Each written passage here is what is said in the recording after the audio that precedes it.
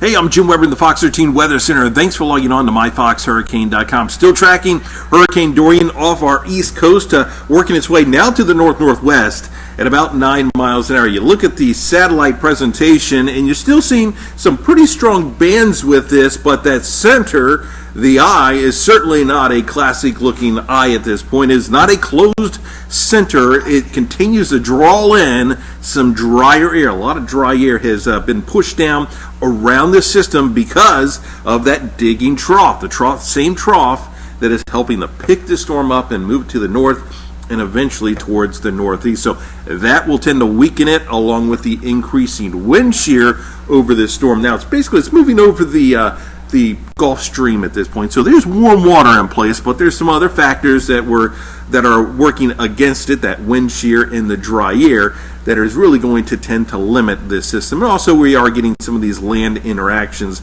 as some of these bands have been working their way onshore. So here's the 11 a.m. advisory, 29.8, 79.7 top winds are currently sitting at 105 miles an hour, and it's moving to the north-northwest at 9 miles an hour. So as we go through the rest of today, we're talking about that northerly movement, and then eventually we got to watch for more of that northeasterly turn.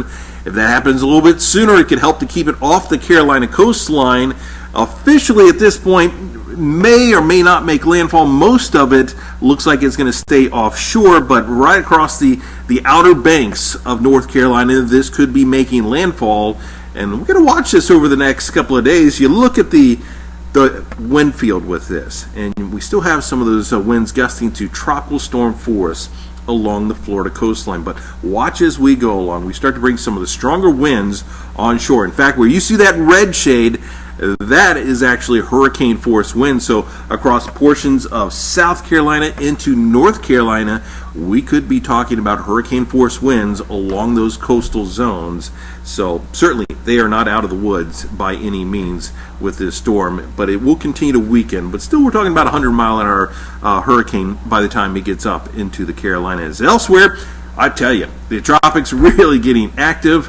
We've got that one invest in the middle of the Atlantic. We've got another wave working its way off the coast of Africa. We've got Fernand moving on shore in Mexico, and then we also have Gabrielle, which basically that one is not going to be affecting anybody. It'll be basically working its way over open waters. So here is tropical storm Fernand. Winds right now at 45 miles an hour. It's moving to the west-northwest at 8 miles an hour. This is going to bring some pretty heavy rains across some mountainous terrain of Mexico. So really the big threat with this will be the possibility of some flash flooding as we go through the next couple of days across north and northeastern Mexico. Then here is Gabrielle out in the middle of basically nowhere. That's where we like to see them. And this will work its way on to the north and eventually over some cooler waters, and that should be the end of that storm. So lots to talk about. Still, plenty is going to happen with Dorian over the next day or so, and we'll keep you updated right here on myfoxhurricane.com.